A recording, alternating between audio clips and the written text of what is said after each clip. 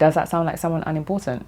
I don't think so. Hey girl, welcome back to my channel. For those who are new, my name is Chioma Elion, and this space is about navigating and enjoying life as Christian women. As Jesus said, he came to give us life and life abundantly, and I intend, and I believe we should all live an abundant life, not just financial or material abundance, but spiritual, emotional, and mental abundance. The girls and I got the opportunity to get acquainted in my last video, so if you haven't checked that out, go and check that out and catch up. Over there, we spoke about moving from a place of rejection to confidence, and I shared my journey and 3 tips that helped me that I think will be very helpful to you all. Today, we're going to have another conversation, and it's about overcoming abandonment. It's something that a lot of us experience, don't always talk about it, but aren't actually aware that it's there. For me, this fear isn't random. I've actually been able to trace it all the way back to my childhood. I know the period it developed, I know the reason,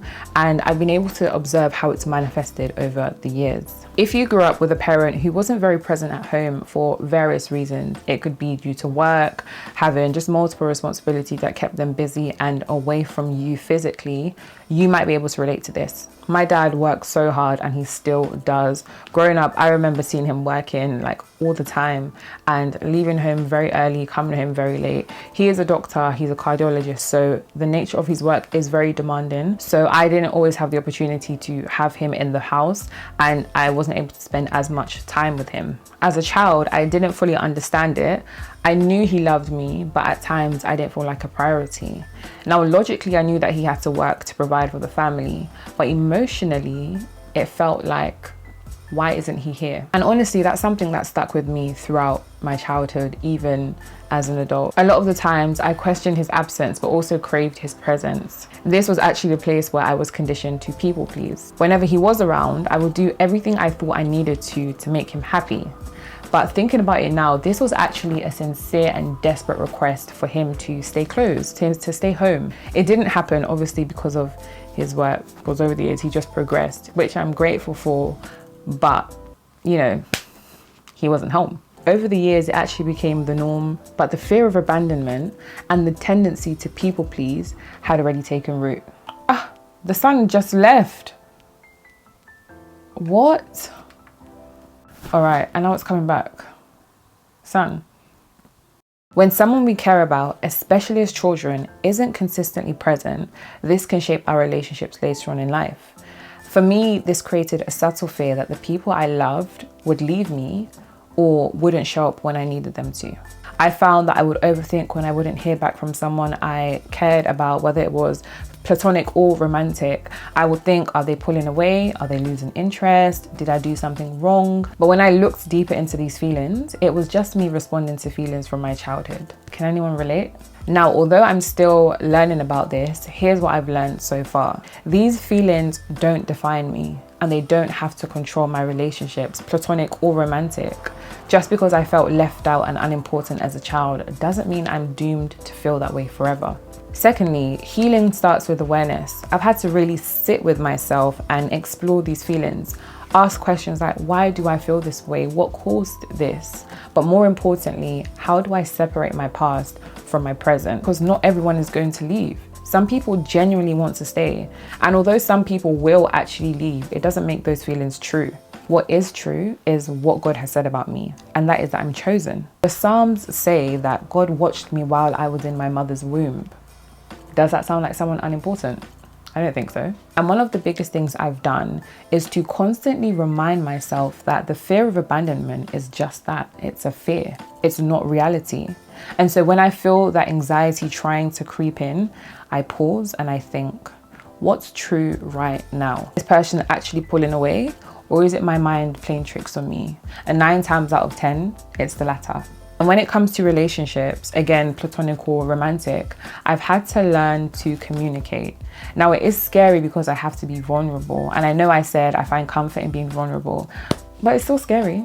But I found that being open about what I need, whether it's reassurance or a check-in or just some communication about a particular issue, makes such a difference. And it doesn't mean that that has to be the dynamic of the relationship forever. It's just the season I'm passing through and what I need as of now. A good partner will listen and support you. And if they don't, well, that tells you everything you need to know, right? And this is what I believe the relationship stage is about. Fundamentally, we're aligned, yes, but we're not perfect. And over time, there have been things that have contributed to our imperfections as individuals, and this will inevitably affect our relationship. So it requires work. Some might say, don't get into a relationship if you're not healed.